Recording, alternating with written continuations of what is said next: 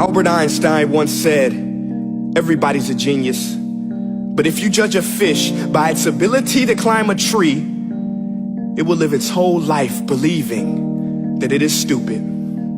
Ladies and gentlemen of the jury, today on trial we have modern day schooling. Glad you could come. Not only does he make fish climb trees, but also makes them climb down and do a 10-mile run. Tell me, school, are you proud of the things you've done? Turning millions of people into robots, do you find that fun? Do you realize how many kids relate to that fish swimming upstream in class, never finding their gifts, thinking they are stupid, believing they are useless? Well, the time has come, no more excuses. I call school to the stand and accuse him of killing creativity, individuality, and being intellectually abusive. He's an ancient institution that has outlived his usage. So, Your Honor, this concludes my opening statement, and if I may present the evidence of my case, I will prove it. Proceed. Exhibit A. Here's a modern day phone. Recognize it? Here's a phone from 150 years ago. Big difference, right?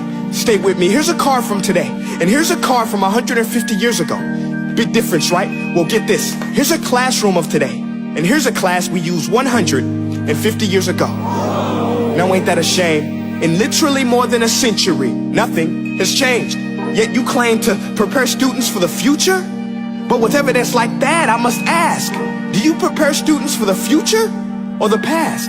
I did a background check on you and let the record show that you were made to train people to work in factories, which explains why you put students in straight rows, nice and neat, tell them sit still, raise your hand if you want to speak, give them a short break to eat, and for 8 hours a day tell them what to think.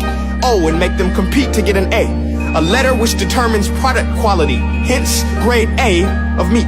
I get it. Back then, times were different. We all have a past. I myself am no Gandhi. But today, we don't need to make robot zombies. The world has progressed. And now we need people who think creatively, innovatively, critically, independently, with the ability to connect. See, every scientist will tell you that no two brains are the same. And every parent with 2 or more children will confirm that claim. So please explain why you treat students like cookie cutter frames or snapback hats, giving them this one-size-fits-all crap. Watch your language. Sorry, Your Honor, but if a doctor prescribed the exact same medicine to all of his patients, the results will be tragic. So many people will get sick, yet when it comes to school, this is exactly what happens. This educational malpractice, where one teacher stands in front of 20 kids, each one having different strengths, different needs, different gifts, different dreams, and you teach the same thing the same way? That's horrific.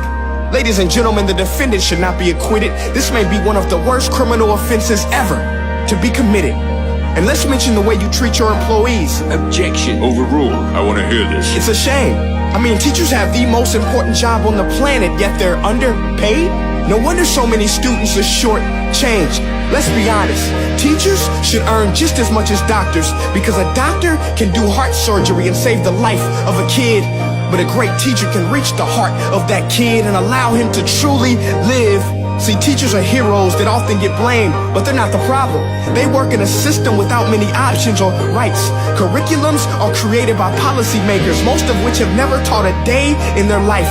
Just obsessed with standardized tests. They think bubbling in a multiple choice question will determine success.